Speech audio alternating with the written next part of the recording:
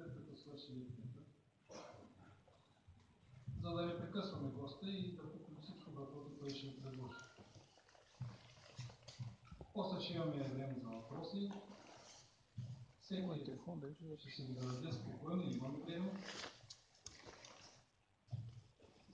Преди да почнем, госта може да всичко го познавате.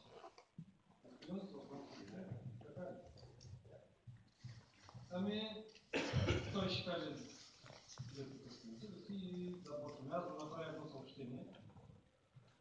За 17-ти всички, които дружество Нектар, да присъстват в ложата на годишно отчетно събрание.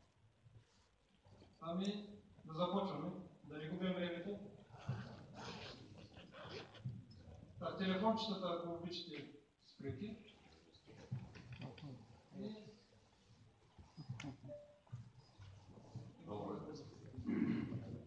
Добър вечер, колеги. Значи, първо бих ви помолял да не записваме лекцията, защото не е приятно, а и няма да чуете всичко в същество. Тук има много работи, които поради многото браншови съюзи няма да си ги кажем. Което ще бъде във ваш ущерб. А и не е приятно